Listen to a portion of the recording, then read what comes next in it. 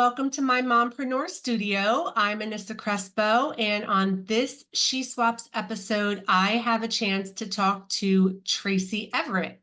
Traci is a life coach, and she has a wealth of knowledge to share with you. So, Traci, thank you for coming on today. Thanks so much, Anissa. It's really great to be here, and I'm excited to get to talk with your audience. Awesome. So let's get to it. So tell us a little bit about who's Traci and how you became a life coach and what sort of things you coach on. All right, very good. So I was an educator for many years, and through the course of lots of things, but the big one being online learning, where I thought things were going to get better with education, and instead, educators fought really hard to go back to the system that was very broken and not working. And I said, you know what? I don't need this anymore. I can't fix this system. So let me do something that will make a bigger impact. And so I found a life coaching program that is designed specifically for working with people who have ADHD, which is a large part of what I did in my educational career. So I went through that pretty intense program and figured out it was a really great way for me to reframe my thinking about ADHD and how we can support ADHD, and life coaching, which I found to be just such a great way for dealing with all kinds of things that come up in our lives. So I've been full-time now for almost 2 years, and I really love the opportunity to get to work with people who are facing struggles despite their really amazing gifts and talents and passions because of ADHD and other forms of neurodiversity. Yeah, that's so interesting too, because you and I had a chance to chat briefly, and you were saying how a lot of people, may have not even been diagnosed with ADHD, but they either have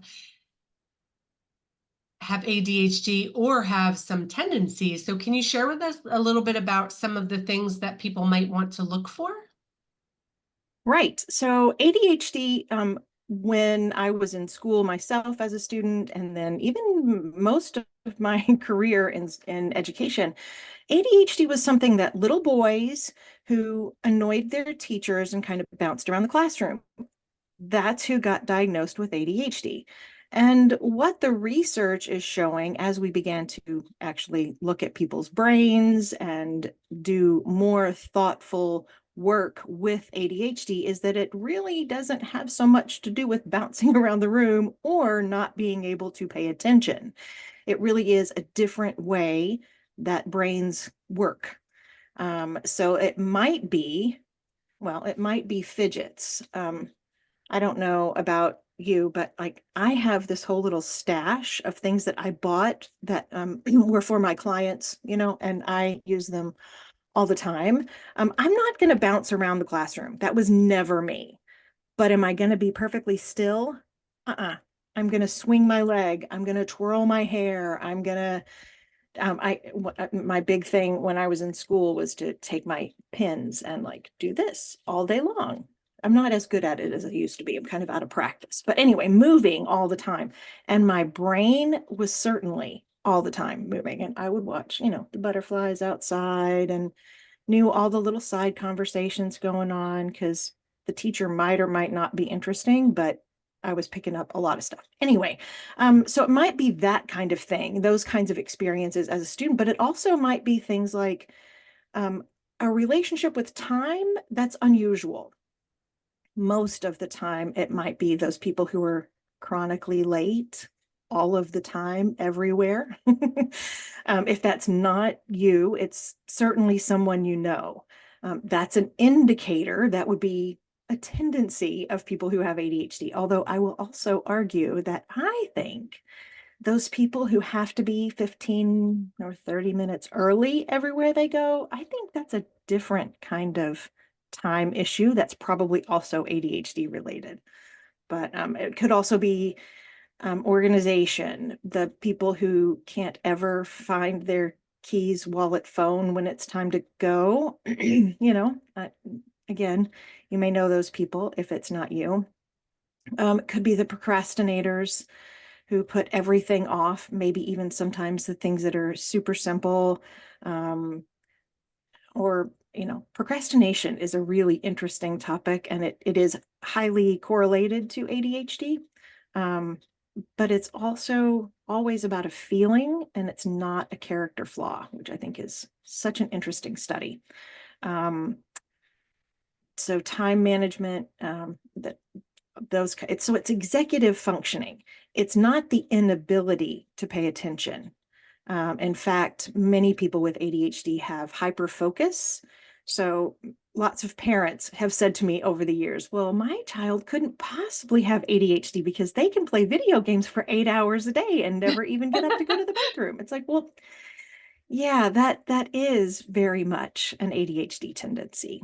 But they probably, although they can play 8 hours for something that they love, they also may really struggle with things that are boring. And lots of things may be boring for the Yeah. ADHD brain. You want things, dopamine hits all the time. Yeah, absolutely. And that's an excellent point that it's not a character defect. It's Mm-mm, just mm-mm. everybody's brain works in different ways. It also presents differently in different people. Like, Absolutely. yeah, Absolutely.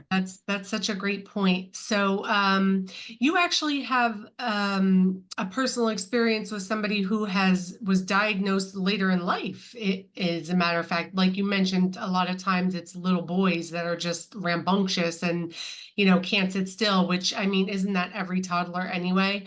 Um, Pretty much. yeah. Hmm. So, but it can be diagnosed all the way up until adulthood. Am I correct? Absolutely. Absolutely. Yeah. So, and my coaching program that I went through, there were, I'm going to say 20-ish women who were, between maybe late 20s, early 30s, up to those of us who were, mid 50s or so. And of those 20 women, probably 16 or so said, I'm late diagnosed ADHD. And I was the one who I was still in school at the time. And I said, well, I work with people who have ADHD, but I don't have it myself. But then as I walked away from school and all of that structure that I had literally had in my life since I started kindergarten, every school day, you get up, you go to a place, you do what's set out for you to do. And I managed pretty well. But then when I didn't have that structure in my life, I was like, oh, wait a minute. I think I have a propensity toward people who have ADHD because I also have some tendencies that I had done a really good job of masking for my whole life. And quite interestingly, a few months ago, I found this lovely book my mother had put together. It had pockets. And so for each year of my schooling, she had put my report cards in this little book. And I was surprised to see that my first semester of first grade, the teacher had put a comment, and sadly I can't find this book again, which also might be ADHD, but I put it somewhere safe. But I found my report card, and on the very first semester or 6 weeks of my first grade report card, the teacher wrote something to the effect of, Traci needs to stop talking so much and focus more. Now, Wow. I don't have any recollection of that in my mind, but I know what happened was my parents told me that, and I said, oh, good girls don't talk too much in class, and good little girls do focus when they're supposed to focus. So I'm going to do those things and stop the nonsense. And I know, I mean, I looked literally when I found that note, I looked through the rest of my report cards, and never once after that did a teacher say I needed to stop talking or focus more. Because I put on a mask and I kept it on until after I walked out of school as an educator, you know, 50 years later. But I haven't been diagnosed formally. It is on my list of things to do, my to-do list, to get a full neuropsych so I can find out about my brain, because I think it's fascinating. I have spent all these years reading neuropsych evaluations of my students, and I would really like to know how my brain works. Yeah, So that's absolutely. in my I'm right there plans. with you. I am totally fascinated by human behavior, the way it's all connected. Yep. I love it. And I just love learning about it and hearing people talk about their different stories and journeys. So that's great. I Yeah. love that you're helping people. Tell me, you're a successful coach, and who do you look to help mostly? Like, let's say somebody doesn't know that they even have this. Like, who would you like to help?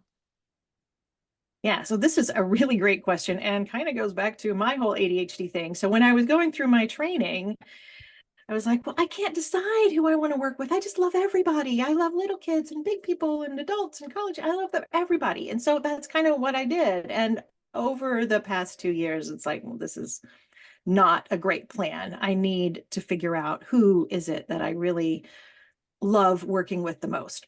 So here's where I've landed. Um, I'm going to pass along my middle school and high school students to other very well qualified coaches who do have that as their first love and passion. And I'm going to focus on particularly women who are entrepreneurs who are struggling because of either ADHD or the ADHD like tendencies. And maybe they do have a diagnosis or maybe they don't, but they're struggling. And here's the thing, women in business have such amazing ideas. So many of us have ideas that truly can change the world. And when we succeed as women in business, we are not only bringing change through our business, but through our success, our financial success. And women tend to be much more generous and thoughtful in their giving. And so here's what I believe. I believe that if I can help these women to move their businesses forward, that's how I can make the most impact in the world, because it's not just about me helping these few women. It's these women and each one of them going out into the world to make the world a better place. And so my impact is exponentially, just multiplied when I'm able to do that. Yes, I absolutely love that. My husband and I have had several business ventures, and we're always too broad in our niche, right? There's no niche, and it doesn't work. Anybody who has either had a business that succeeded or a business Right. that failed will tell you, like, you have to niche down. Right. Right. And yeah, I'm the same way. Like, I want to help all women, and while that's fantastic, like, really, Right. I just want to help all people. So, like, if I could just help Right. 8 billion people, that would be perfect. But That would be perfect. Yes, yeah, we're on a but mission, but that's not it very doesn't work practical. that way. So yeah, Right.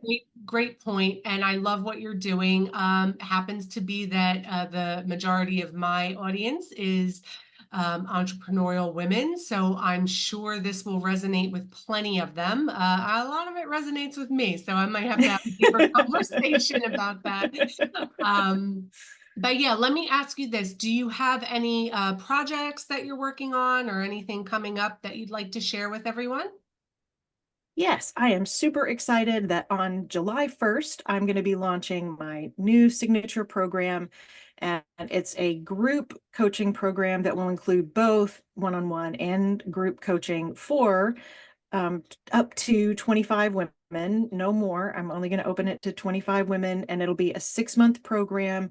It will include not only the coaching, but also body doubling sessions. And in case that term is not familiar, it's this magical thing that can happen on Zoom. I know we kind of, steer away from Zoom sometimes, but it's co-working. So maybe you and I and 4 or 5 other people have some things we need to get done, and we set aside a block of time, maybe 2 or 3 hours, and we just get together. And on Zoom, we work maybe for 45 minutes, and then we take a little break together. Maybe we do some stretching and play a little game, and then we come back and we work again for another block of time. And it sounds kind of goofy, but I mean, if you haven't tried body doubling or co-working before, I highly recommend it. I actually have free body doubling sessions every Tuesday from 7 to 9 Eastern time, and anybody is welcome to join. So that's just a fun way to kind of learn about that. But anyway, back to the program. So coaching, body doubling, I'll be available on like Voxer for support, like a messaging system. And then we'll also bring in some guest speakers to talk about all different kinds of things, maybe nutrition or mindfulness or just different kinds of things that can help you in your own personal life as well as in your business.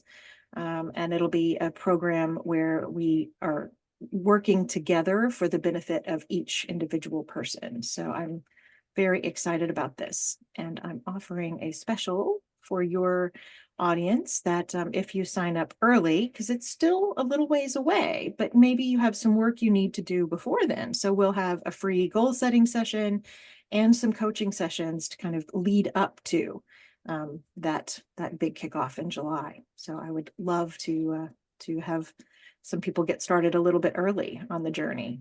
All right, that's awesome. Well, congratulations on that new program that's launching. Super excited for you. I might have to book my spot in that.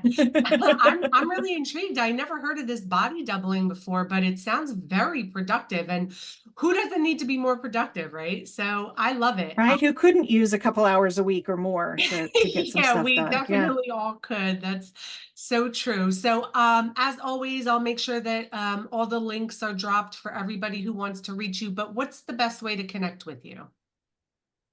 My website is probably the best way, and it is realfocuslifecoaching.net. And not only can you find information about me and the different things that I do and what I believe, you can also, I have a TEDx talk that I did a few years ago, and you can see that. And it's specifically about education and neurodiversity in education, but it applies, to adults as well. So certainly that's one thing. And then there's also there's a freebie section, and right now there's one freebie, but there'll be more added as time goes on.